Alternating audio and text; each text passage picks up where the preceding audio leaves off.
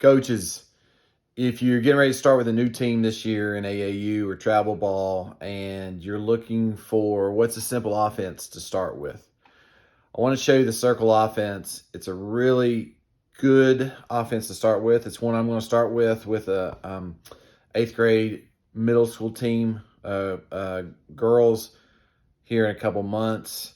I may have a secondary team, a sophomore girls high school team. Circle offense is a great offense. It's easy to teach, it's easy to install, and you can have a lot of different actions out of it. So if you're looking for an easy offense to put in just to start to see where your players are at, I would recommend the circle offense. Let me show you a little bit of what it looks like.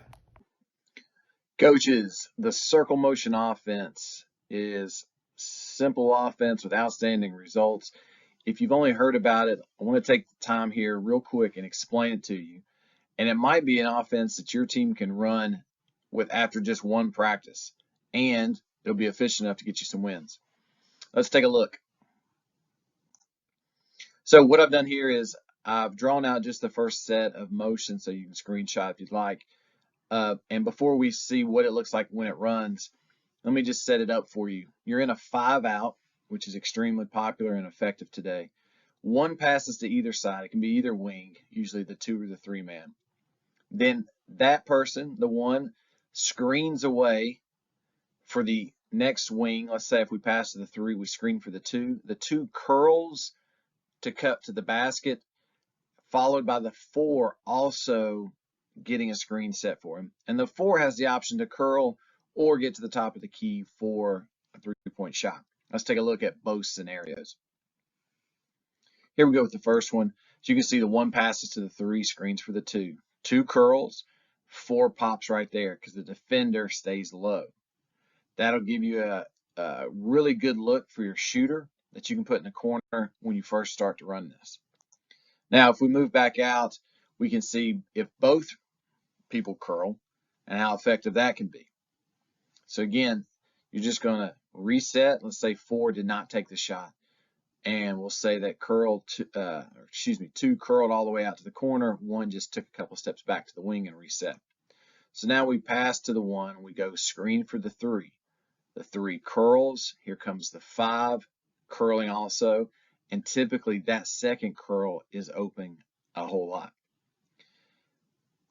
If the defenders start to overplay, then you need to teach your players how to just backdoor cut from this. Typically the ball will be in the top of the key, but sometimes you can do it from the wing.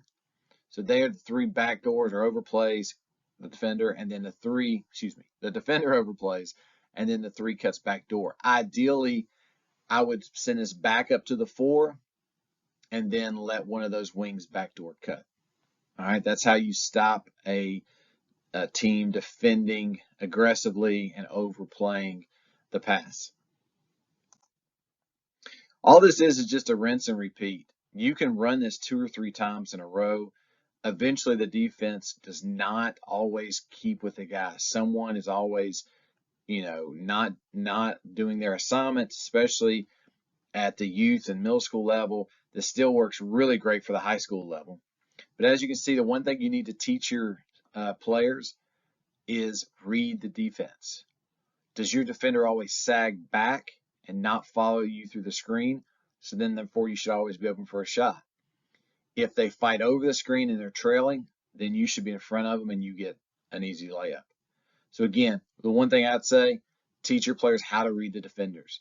What I suggest in my practices, I tell the defense, I call them over and said, hey, every time now I want you to fight over the screen. All right, in these next, this next series, these next couple plays, I want you to go underneath the screen each time.